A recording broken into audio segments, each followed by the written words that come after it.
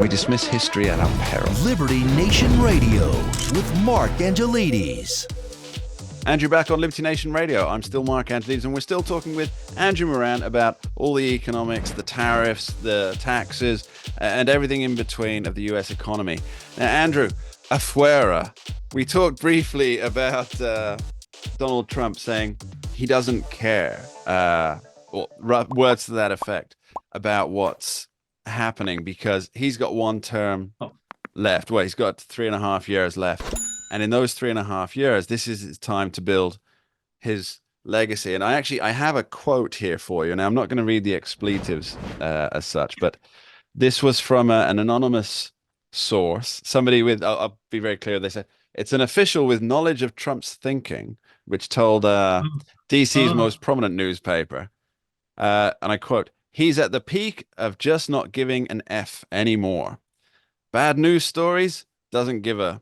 He's going to do what he's going to do. He's going to do what he promised on the campaign trail." Now, Andrew, for some people, he's going to promise what he said he'd do on the campaign trail. I mean, that's crazy talk, isn't it? I would say to do what was promised. One thing I can't stand is when certain experts are quoted as saying, "Oh, I know what this guy's thinking," yes, or I'm acquainted with what he's thinking. Familiar with the thinking. Yeah, I can't stand that. Like Bill O'Reilly, going to take fine. I'm stopping right there. Right there. But when it comes to tariff talk, his proposal on at the Make America Wealthy Again event was worse than what everyone expected. Because what everyone expected was, yes, this 10% universal tariff, or some said 20% universal tariff, but he doubled down and he made it. He had two sets. He had the 10% baseline universal tariffs on all imports, and then he had the higher reciprocal tariffs on places like Lesotho, or which I'm sure everyone listening. The second time in a year that anybody's heard of it, yes. So him doing that caused, of course, a lot of this chaos we're seeing in the financial markets. But overall, I mean, yes, he is sticking to his point that a lot of this campaign proposals of stopping everyone from ripping off the United States, imposing tariffs, transforming or reordering the world trade order. So kudos to Trump for doing that, despite the consequences. Good or bad? There's something very fascinating about the logic behind the arguments against the tariffs. Now, I understand your argument, and they are very logical and very pertinent. But there are people. I say people. I hate to use it's like me saying for someone familiar with the thinking. The vast majority of the mainstream media and the vast majority of elected Democrats are saying that tariffs are a danger to the economy. And they're ignoring the fact that all of these countries that are getting hit with Trump's tariffs impose tariffs on the United States. And it's an illogical mix that there's an assumption that it's okay if they do it. It's okay if country A does it to the United States, but it's not okay when the United States does it to this country. And it's just maddening that also the same people who are saying Trump's destroying the economy by imposing tariffs are saying, well, to retaliate, to get back to Milton Friedman and shooting holes in the boat, to retaliate, we're going to put tariffs on. Yet they're saying Trump's destroying the economy by adding tariffs.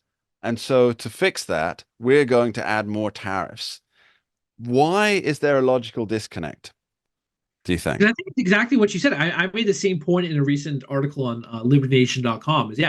Yes, fundamentally, I adamantly oppose tariffs. But if Canada's opposing, let's say Canada has a 250% tariff on U.S. imports of dairy. If Canada is allowed to do that, why can't the United States impose the same level of tariffs on Canada? If you were not complaining about all the tariffs that George W. Bush imposed, or Barack Obama imposed, or Joe Biden imposed, and you went apoplectic about it, regardless of the market reaction, but if you were apoplectic about Trump's tariffs, why aren't you apoplectic about not only the previous administrations, all the other administrations' tariffs, but let's say the Canada's tariff on U.S. chicken or U.S. turkey, or why don't you have some about Australia restricting U.S. beef? If I may just make one point, just comes to me here. There was a funny segment on CNN, and they were talking about It is the best comedy show available on cable news. They were talking about tariffs and other non-tariff trade barriers on U.S. beef, and Howard Lutnick was defending how great U.S. beef was, and the host was saying, "Yeah, but all this beef has chemicals, and that's why these countries are restricting imports of beef." But this is the same network who complains about RFK, who talks about all the crap that's all in the food. So they try to have their cake and eat it too. They're chemical-filled cakes and eat it. They're chemical-filled cakes that are tariffed through the nose by France with their eclairs.